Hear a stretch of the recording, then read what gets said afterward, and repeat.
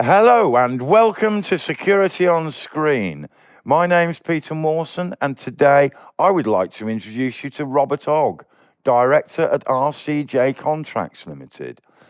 Robert leads a team of suppliers of bespoke access control systems, incorporating key management and CCTV installations throughout the United Kingdom.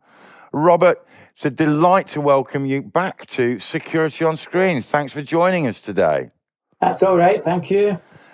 Robert, today I wanted to understand what the installation process is for the Morse Watchman cabinet. Well, basically, we organise the installation requirements from the client's perspective.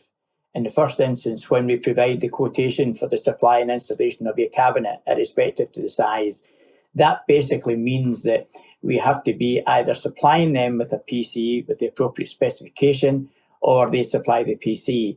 I then point out to them, if they're supplying the PC, what the specification of the PC requires to be.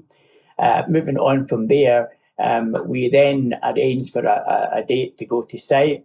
We have to also be given access rights to the PC remotely, because a lot of the servicing is done when the P-Watcher 9 out of 10 times is actually misused, and they need some help from the training having been given at the installation stage. And that allows our engineers via their phone to go remotely to the PC, wherever it might be in the world, and be able to rectify any issues that are of an unfortunate nature of the operator of the unit. If there's parts required, we would then require to provide the parts to site and go and fit them.